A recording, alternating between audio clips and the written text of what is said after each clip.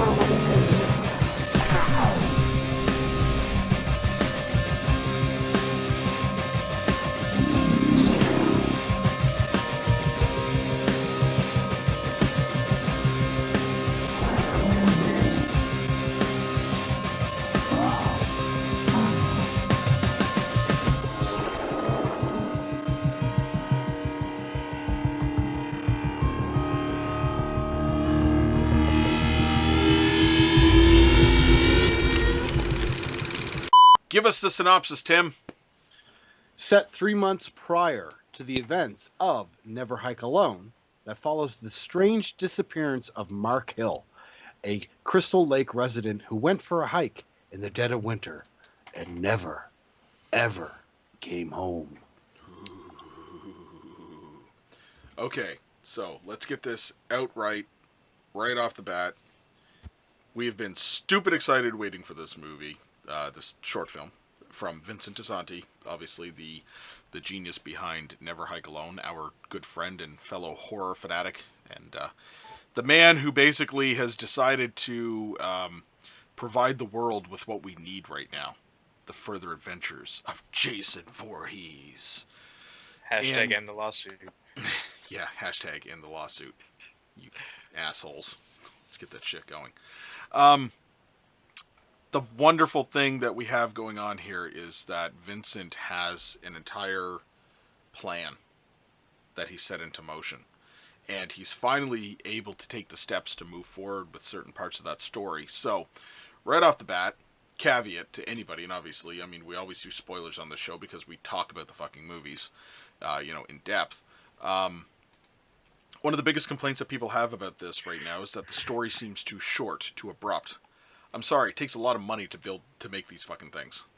And he's not making anything off of them by any means. He can't. So here we have just basically a taste.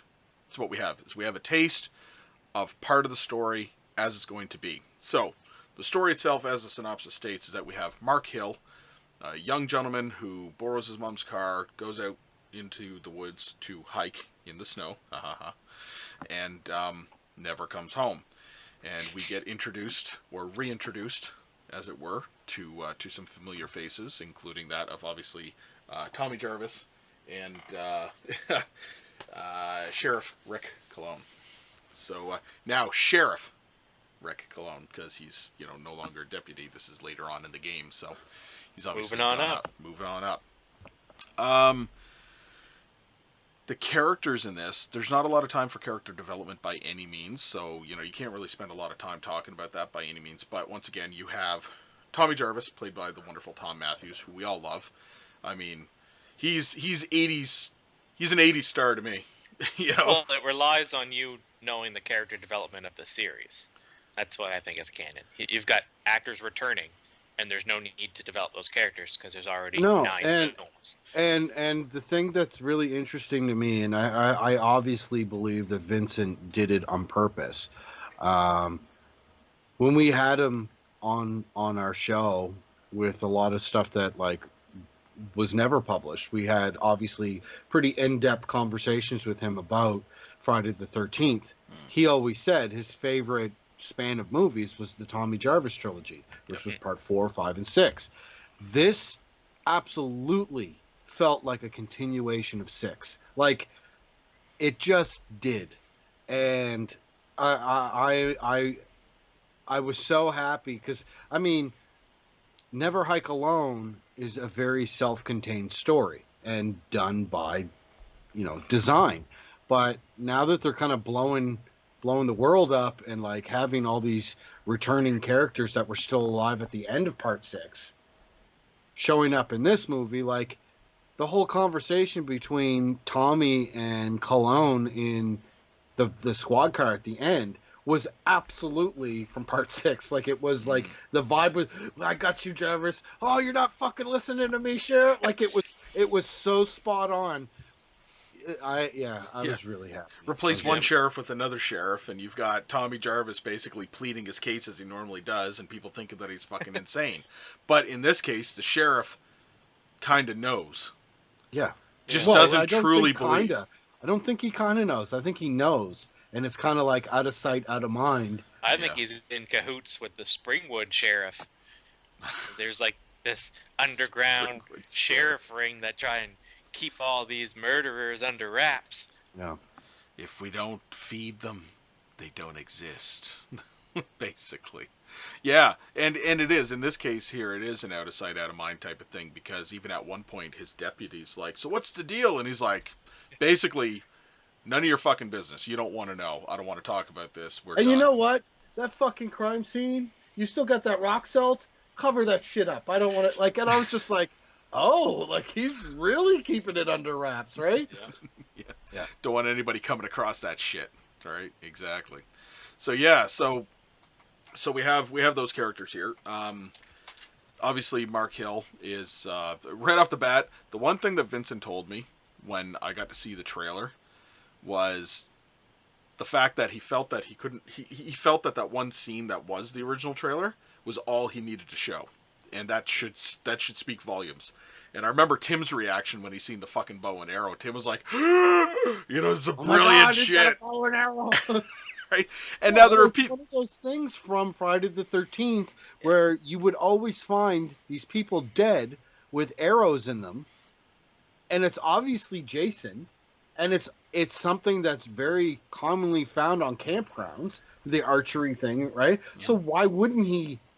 Like it was just really I think nice. Just the image of Jason using a bow and arrow seems silly to a lot of writers. That's why they didn't want to show it. Vincent did an excellent job. Don't get me wrong. But I think it probably sat in a lot of brainstorm meetings, and they eventually just shut it down. And the other films are like, yeah, no, it looks silly with him. What was the one where Jason kills someone with a whippersnipper? Part 7. Yeah. The whippersnipper that was actually the buzzsaw end piece for the woods. Yeah. Or like a lot of people were like, Jason doesn't need projectiles, and I'm like, did you see part 6 with the fucking tent spikes?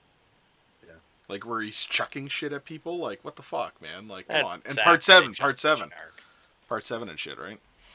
Yeah. No. So it's whatever. Okay, so we have Mark Hill, who once again, so the trailer piece, which was actually the entire beginning of it, except for the money shot itself, I was blown away because I didn't expect the character to actually die right out the bat. I expected a little bit more of a fight, to be honest. Like, I was expecting a Kyle type of situation, you know what I mean? But no, sorry, you take one for the team, buddy. You go down, and we enjoy it. Took an arrow in the leg. I'm glad that, I think that's what made Never Hike Alone so awesome was you never really saw anybody stand up to Jason and survive as long as Kyle MacLeod did, right? So that's why it was really cool. I think if Mark Hill did the same thing, it's like I kind of already saw that. Not everybody is going to do that. Like if the three of us were against Jay, like Adam would go down like that. Thanks. Adam would just curl up in a fetal position and just sobbing. Like he starts sobbing until Jason murdered my ass. I don't know. No. Yeah. Shit. And it was great too because once again, the beauty of how Vincent filmed those scenes, Ghost Jason really stands up to his name. Oh man, and what was really refreshing for me, and I believe I said this with Never Hike Alone too, is that he's making Jason scary again. Yeah, like where did he go? He's an imposing fucking force, and he's disappearing and then reappearing, and he's just like he's an unstoppable force. And I feel like in the later parts of the actual real movies, like they kind of just made him more, I don't know, cartoony. Like I wasn't intimidated by him anymore. Well, And he gets this, nerfed. yeah, He gets weaker. yeah. Um, Hmm. I really like the, oh fuck, I'm scared now. He's on the screen. I'm scared. Right. Yeah, he is a force to be reckoned with, and he is fucking powerful. His presence on screen. And can we just say that Vincent fucking acted his little heart out We love with you, this? Vincent. Oh, like he was amazing in Never Hike Alone. He was fucking amazing in this. Like, Mm, oh, I yeah, loved it. he totally So pulls weird it off. to think Jason. So Jason died in the '80s, and now he's in the 2000s, and he's finding all this technology, and his immediate response is just to smash it. I love it. So This that was was a great little scene. I love that Yeah. where he like rips the fucking piece out of the engine. You see it like rolling across the ground behind the body my and shit. favorite part was uh, I'll smash this camera and no one will get their pictures. And I'm like, you just gotta pull the little card out. Like all those photos are fine. They're probably all on the cloud. Yeah. They're all in the cloud, whatever the cloud is. Um, so then we get introduced to a character who I believe is being built up for something bigger in the sequels. We actually get Mark Hill's mother, because the way that they leave her character is that she's basically reviewing where her son went because he left like the mapping information up on his screen and shit. I think she's planning to try to figure out what the fuck's going on herself, and she's going to get entangled in this. And I think we're going to have a very powerful final girl character that's not just some bimbo teen. We have an actual mother, you Yeah. know, a Pamela Voorhees character, by the way, whose son has died, that's looking to maybe avenge or figure Yeah. out what's going on. Good So, call, by the way. yeah. Did you guys find it weird that Mark and his mom didn't look like mother son? Like they looked like they were a couple. It Like was weird. I he noticed didn't that as look well. seven. He Even in didn't their look. pictures, it looked Yeah. weird. It was Like weird. he didn't look 17. And They just casted someone who was too old and someone who was too young looking. yeah. Yeah. Yeah. You know what? I didn't totally feel that way. I kind of passed over I that did. myself, I guess. I was looking at it. I was a little confused at first. I was like, are they husband and wife? Are they? What's going on here? And then he called her mom, and I'm like, oh, he's 17? No. With that jawline? No. With that jawline. She has a kid that old? Nah. But I believe that they're building her up for a bigger role in the sequel. Makes sense. Or not even necessarily the Never Hike Alone sequel that's coming out next, but like the next one from there, because Vincent's kind of tying in these stories to go to some sort of a completion where we're getting a bunch of powerful characters that are probably going to basically take their shit out on Jason at one point, or they're going to I hunt them down. wonder if part 6, the sheriff's daughter Mm. is going to show up in any of these movies. Or we'll have to probe Vincent for that. What's his plan? Mm-hmm. That'd be great. I mean, you know, Jarvis's old flame, so to speak. So, and we don't know how that ended because obviously, you know. But do you want to know Poorly. what? I'm not going to be surprised if Diana Hill and Mark Hill is fucking Tommy Jarvis's like old family. Oh, and he's like gone crazy and left them. Well, he never knew his dad. He left before he was born. Like I'm just like, oh, is that Diana, what are you doing here? Yeah. You know what I mean? What are you doing, Hill? What are you doing, Hill? What are you doing, Hill? Yeah, I know. Yeah, whatever.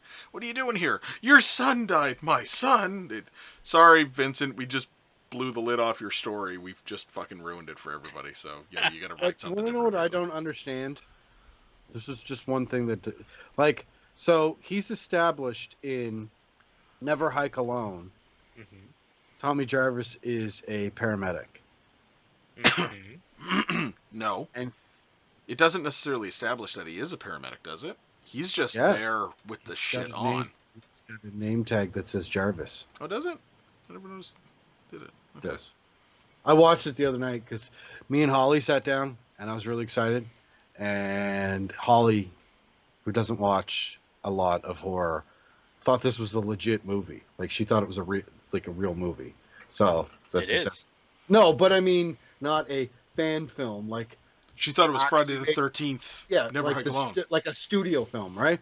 And then we watched Never Hike Alone a little while later on that night, and yeah, he's got a little name tag. This is Jarvis, or he has a shirt that says Tommy. It has something on it that says his name. Um, and the two paramedics knew who he was. Oh, okay. I don't see how this is contrary to the Never Hike in the Snow. Well- Okay, so why is he fucking around at crime scenes if he's a paramedic? Like, Well, Because he's hunting Jason.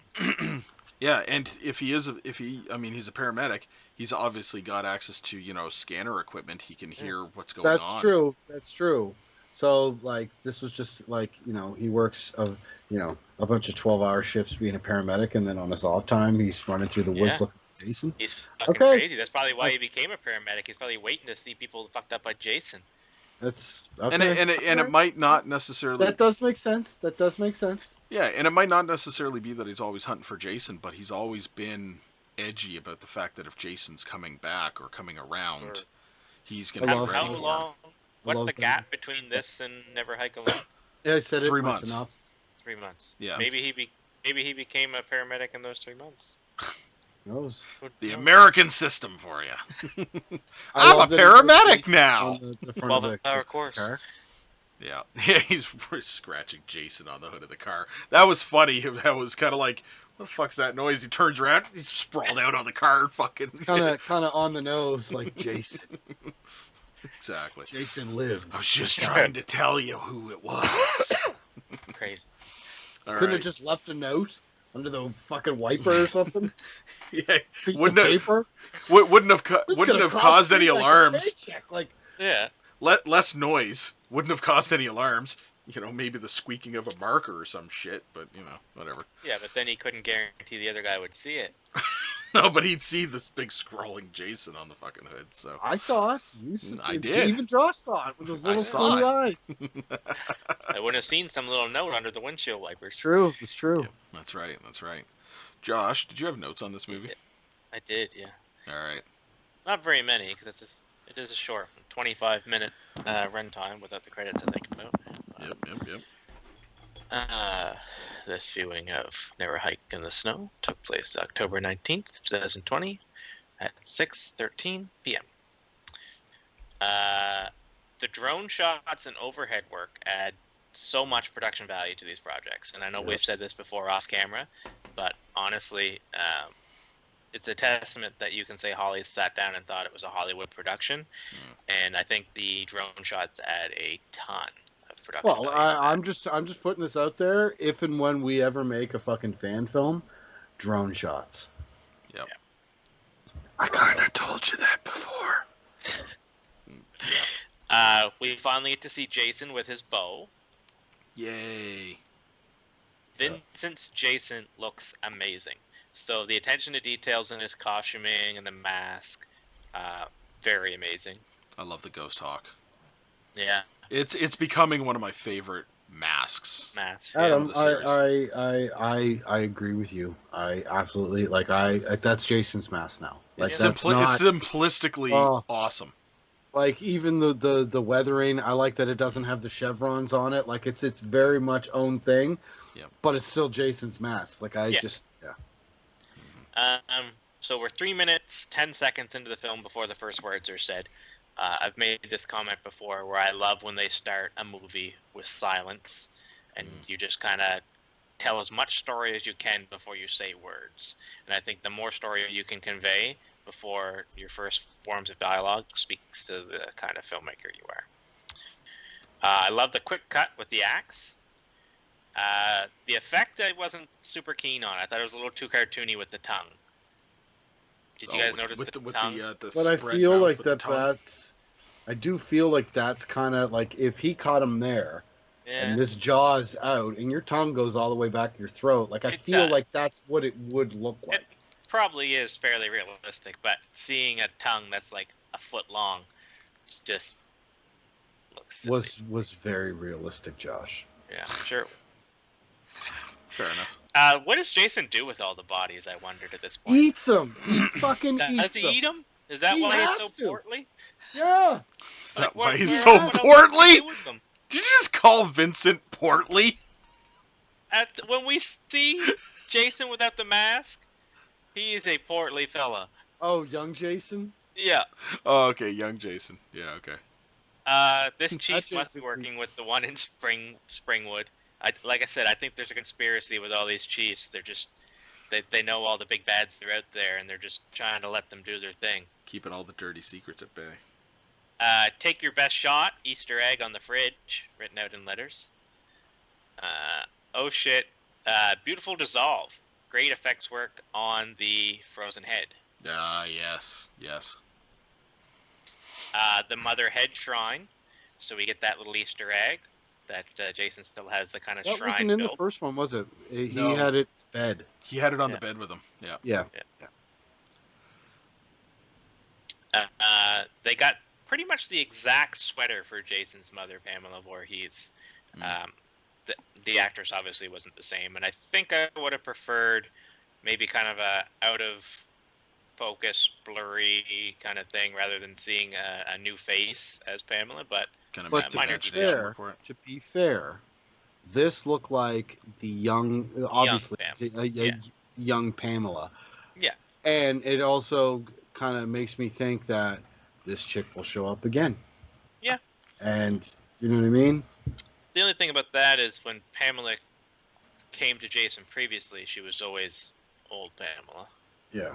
even in spirit form. True, yeah. Like, I think I would have preferred if it was like an out of focus kind of gray a hair. Betsy Pamela, Palmer figure. Yeah. Ish. Yeah. but, you're obviously not going to get the actress, although who knows? Because I will say this. Betsy Palmer's dead. Oh, yeah, she's well, dead. I will say Okay. this flat out, yeah, though. You're definitely not going to get the actress. But I'll say this flat out: the girl who played Pamela Voorhees In the in the remake? beginning of the remake was fucking spot on. She was spot on. And I really want to look that up right now, who that was.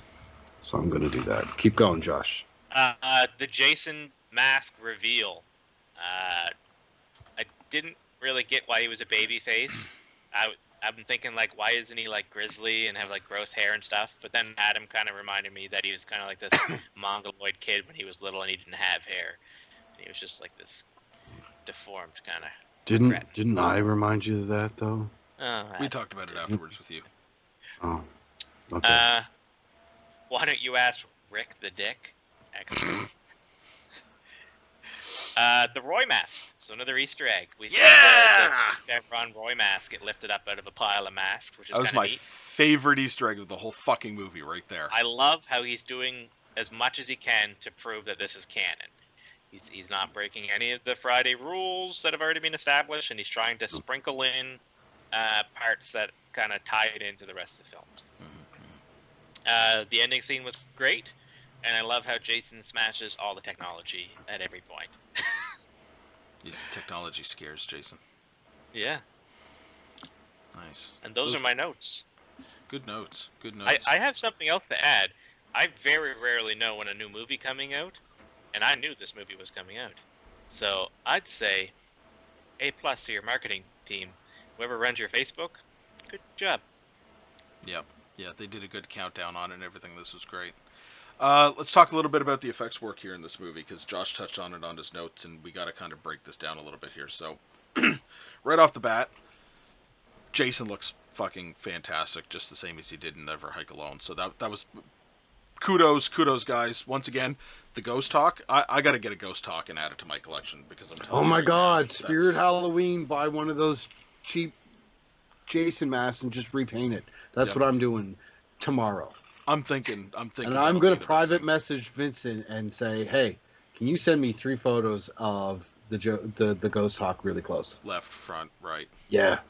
Or Yeah. Adam, you're tight with Vincent. Send him a message. Pretty Send sure that would be Hang pretty it sure right that'd be there. easy.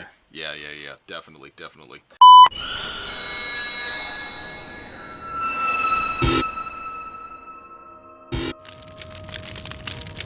Hi everybody, this is Vincent DeSanti, the writer and director of Friday the 13th fan film Never Hike Alone, and you are listening to the great commentary of They Cast from the Coast. Thanks for listening, and don't forget to check out Never Hike Alone, which is streaming for free on YouTube right now.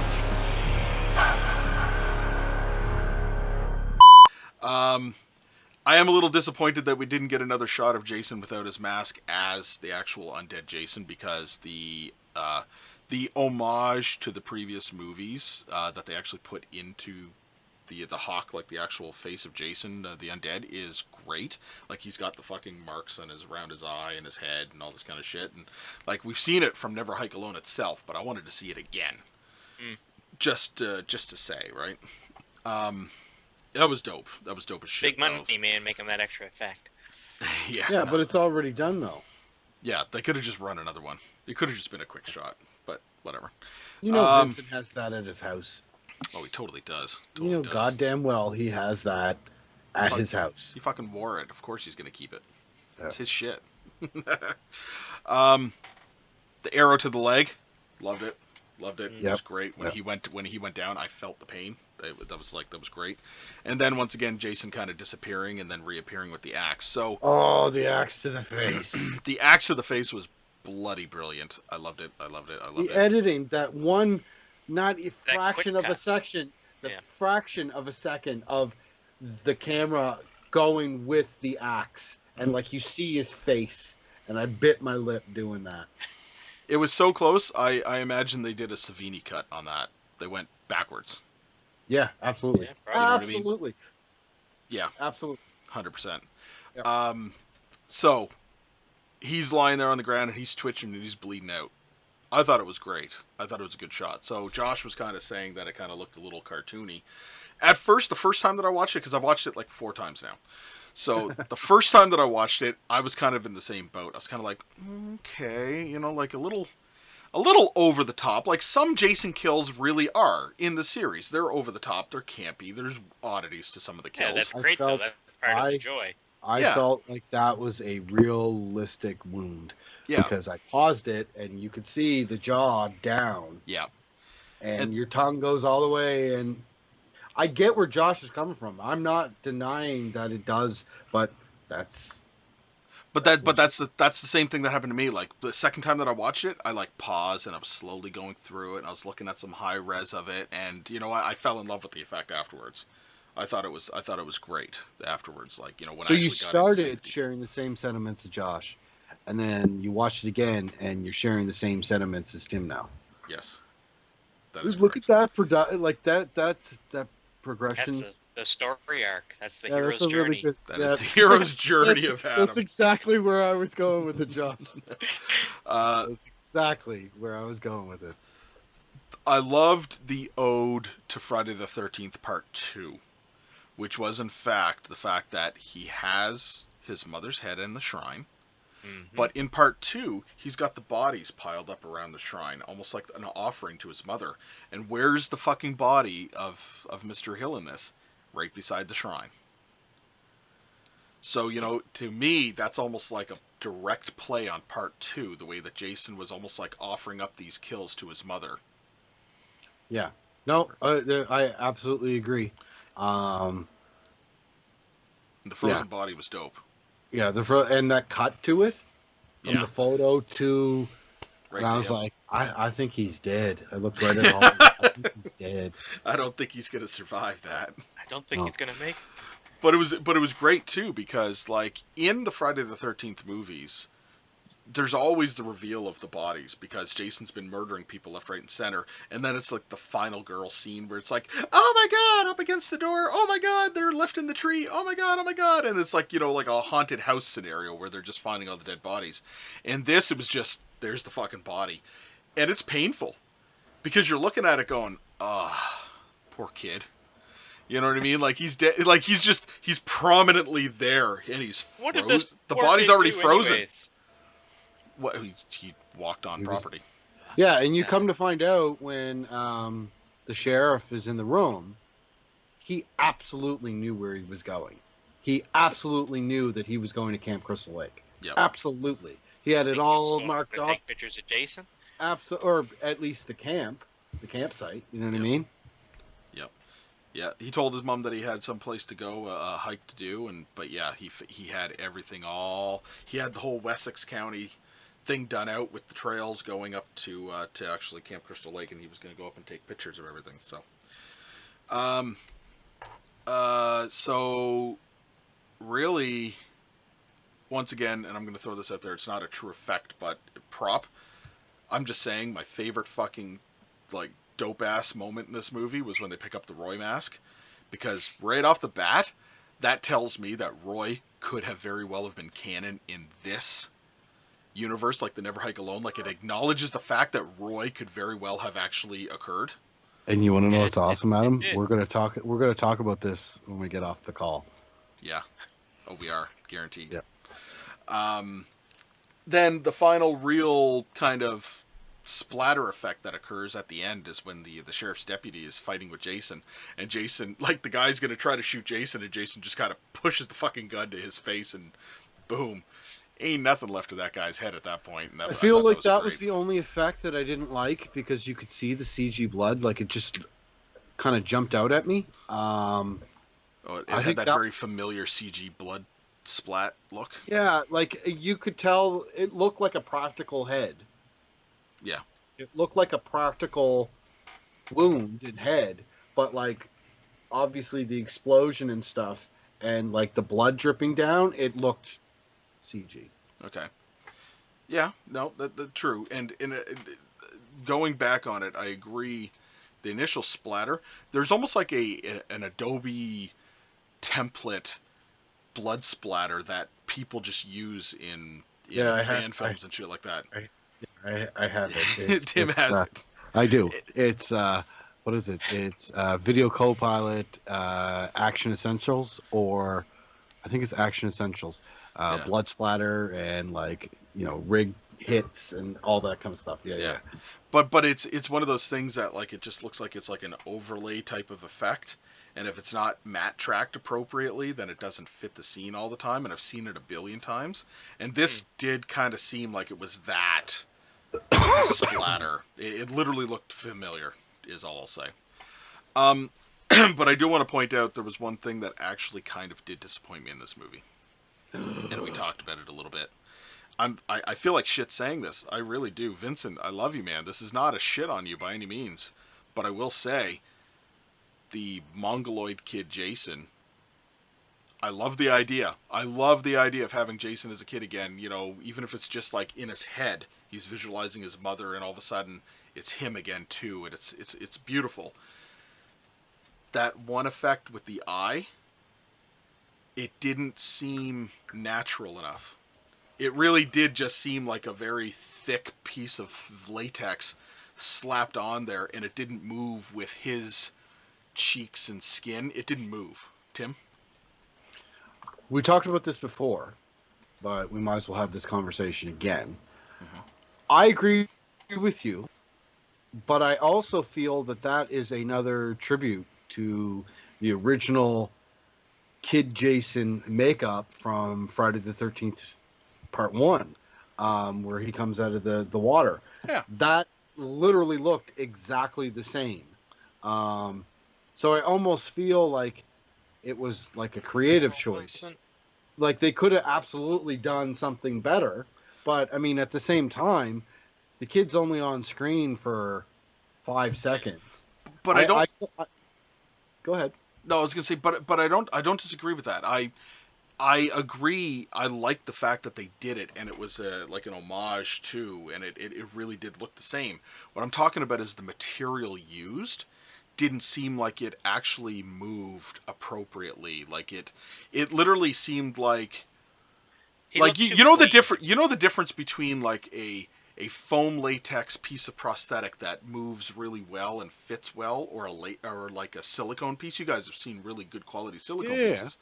Versus going to like a Spirit Halloween and buying that cheap ass little piece of plastic that you throw on that you can't blend appropriately, you can't make it fit well, and it's so stiff and hard that if you bend the arm, it looks like it's just going to pop off. That's what that seemed like to me. It seemed like a very dense piece that, like, as the face is moving, that What if it was? stayed. What if it was an exact replica of the Savini prosthetic made out of the same material? You son of a bitch! Then And I'm they a did son it I with a wouldn't even have a tribute. problem with half of his face not moving because he's like deformed. It wouldn't be abnormal like that happens in stroke victims all the time and like random deformities and stuff. I'm fine with that. It just the makeup looked too clean for me. Like he's gross. He's living in the woods. Even in the first one when he pops up at a lake, he's all black and got like crusty stuff on him. Okay. He just But I looks mean too that was, baby but I face. mean that was just my 2 cents on that. You know, that's Yeah. just the way that I looked at it, Oh, right?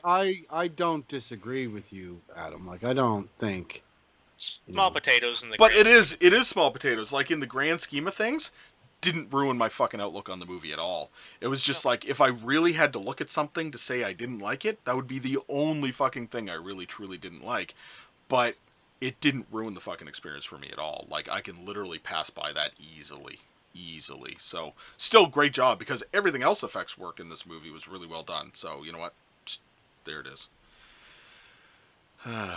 Tim, yes, did you get any trivia on this? I do.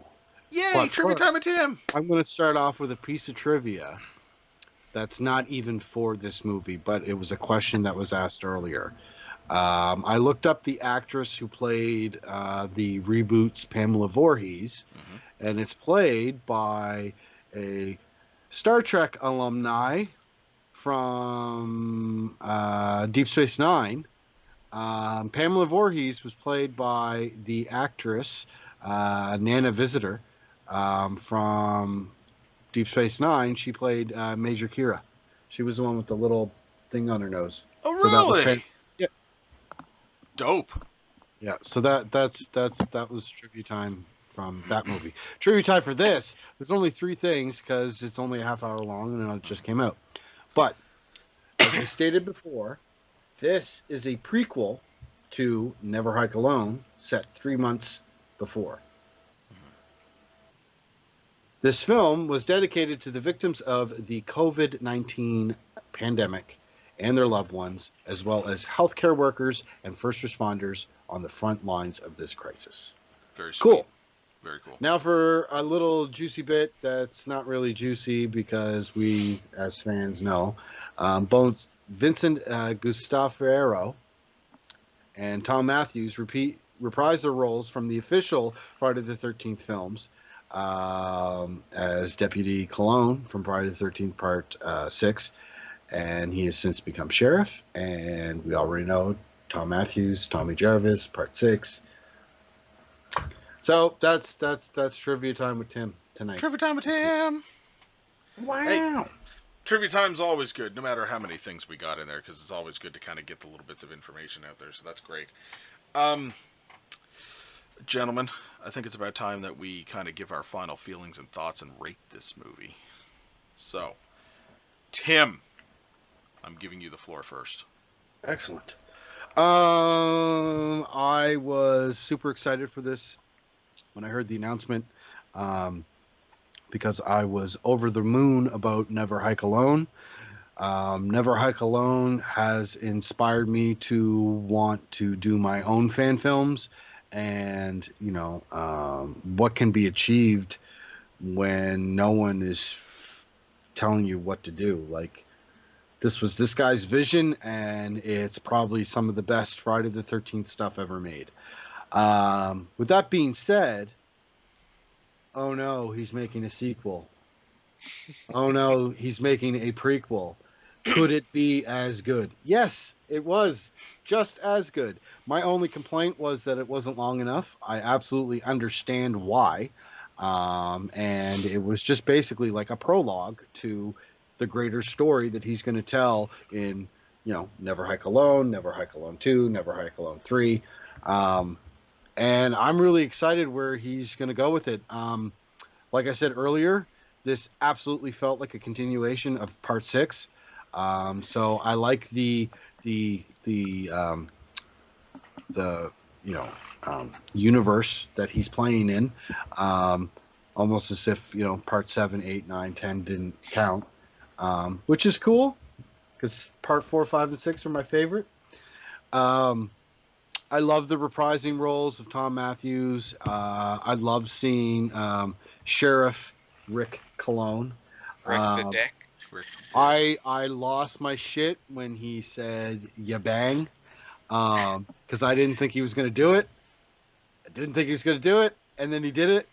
Um, I loved all the Easter eggs, and it didn't feel like they felt like Easter eggs. If you didn't know what you were looking for, Hmm. they were just something else. But like, the fact that like Roy's mask was there, and there was when the deputy's going through before Jason blows off his head. He's going through the cabin. Like you could see as he walks by, it got these rules that the camp should live by, and one of them was never hike alone. And I was like, oh, that's so awesome, right? Yep. And I mean, I found the same attention to detail in the first one was there as well. But I don't know, man. Like I got really excited about this. I thoroughly enjoyed it. The half hour just flew by. I like Adam watched it probably about 4 times already. I watched it once with Holly, and then I watched it again by myself, and then I watched it again with Andrew, and then I watched it right before we were going to do this. So I watched it earlier today. It doesn't get old. I fucking love it. I really want to own a physical copy of this, Vincent. If you see, hook it up, bud. Um, yeah, I love it. I'm absolutely giving this an X. Absolutely giving this an Ooh, X. yeah. No, because this this is why I love horror movies. I was excited about when it was there. I'm watching it and I was thoroughly excited the whole time, and I'm excited to talk about it. This is the kind of horror stuff that I'm into. This is what gets me going. X, absolutely an X. He absolutely deserved this X. Absolutely 100%. X. X! Josh. Yeah, this movie was excellent. It was great. There's no doubts there. I thoroughly enjoyed it. Uh, I don't have the same gripe about the length, honestly. I kind of like it, like 30-minute little intervals. You get Well, like another. when you watch it right before the first one, there you go. There's an Yeah. hour and a half. Well, that's my theory on the take is what you're getting is a full movie. You're just getting it in half-hour portions once every couple years, right? So Vincent's telling this whole story, and he's just kind of feeding the birds as he goes. You get a little nibble here, a little nibble in another year or so, maybe. It's I like it. Couple of my gripes, some of the effects I wasn't super keen on, but they did what they could with the budget they had, and they brought the production value with the cast and with the cinematography, in my opinion. So, what they lacked in effects, they made up for in those other categories. I loved all the nods to the rest of the series and how he's keeping it canonical or whatever, canon. Yeah. I'll give this one an R. I definitely recommend this film. It's 25 minutes long. Like, what are you doing that's more important that you can't spend 25 minutes to watch probably the best piece of Friday the 13th in decades? You made a very good point there. Very good point. Before Rated. you rate it, I just wanted to throw this out there. He has plans of making 3 more of them. So all the way up to Never Hike Alone 4. That's great. Perfect. Okay. This is without a doubt the best in horror fandom that you can get. This is a fan putting something, his heart and his soul, into something for the fans. Vincent's not making money off of this. Let's keep this in mind, everybody out there watching this. He's not making any money. When he put out the Kickstarter or the Indiegogo to say, hey, you want a physical copy and your name in the backing for this, it was all just to finish certain things and produce copies. He can't profit off of this. It's a fan film. So the fucking amount of effort that he puts into this just so that he can tell a story and have the fans enjoy it as much as he does, bravo. Bravo. Yep. Vincent, you're a passionate guy. You know that we love you on this show. We've had many conversations about stuff like this. You absolutely handle this like a fucking champ every time. Um, the story was fun. It was interesting to see the other side of things. The kind of like the Jared Padalecki's story from the remake where he's looking for his sister, or in part four, the gentleman who was looking for his sister as well. That kind of a thing, right? Like you see the pains of the family members who are losing people. So it was kind of an interesting thing that got lost over time in the series. Like there was none of that anymore. It was just Jason killing people. But now we see the aftermath again. So he's kind of bringing some heart back to the story in the canon, in my opinion, where we can take a look at it and say, how does this actually affect people? You know, um, the effects work was great. Like I said, I had my one or two little gripes, but that was like minimal in the grand scheme of things. Um, Overall, I can't recommend this enough. There's a reason why my name is in the credits as a backer too, because Vincent, you put this out there, I buy in. That's just the way that it's going to be, man. Your name's in the credits. My name is in the credits. Yes. That makes it so much more special for me. Aw, thank you.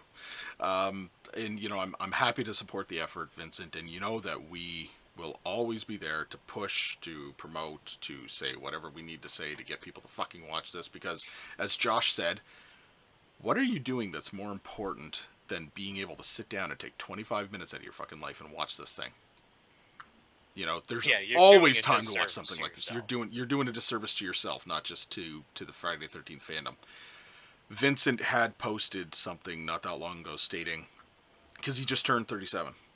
So by the time that people watch this, he's turned 37 years old now. He said in a post, I'm turning 37. For my birthday, all I want is a phone call from the studios, basically.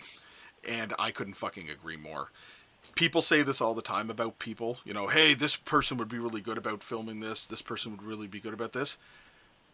Like, that's without a question. Like, when they get the fucking lawsuit handled and out of the way, and they stop fucking fighting everybody for little pieces of oh my god! paper, And the first thing they do is make like these movies canon. They 100%. And then he can legit make a feature length. Take the rest of the series that he's planning, put it together in a fucking canon film under studio budget. Can you imagine if he had studio power and budget? Yeah, but with that comes studio executives tapping on your shoulder. You're going to say, great responsibility. You need to do that. Yeah, it's true. But still, Vincent's willing to play that game. That's why he's stating the obvious. I'm sure he is. But... So, you know what? I think that he would absolutely knock it out of the park, regardless of how many people were standing over him saying, you can't do this and you can do that. He's got plans for that shit, and he's got a story. Vincent is a forward-thinking guy, and this proved it. He was forward-thinking about how he wanted to handle this, and it's coming along really well. So, without a doubt, I give this movie a total X. This total X. What did Josh give it? I can't remember. I recommend it. Hey, Josh has his reasons. It's not a pure X. It doesn't sit on the top shelf. It sits on the second shelf.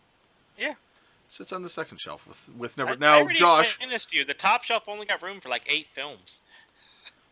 Now, Josh, you would probably put you, buddy. because you weren't on the show for us for Never Hike Alone, the first one. You would probably put the first one as an R2, right?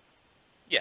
Yeah. Okay. So, but it's just the same as the first one, and it's the same quality. It's the same everything. So, I was astonished when I first saw it.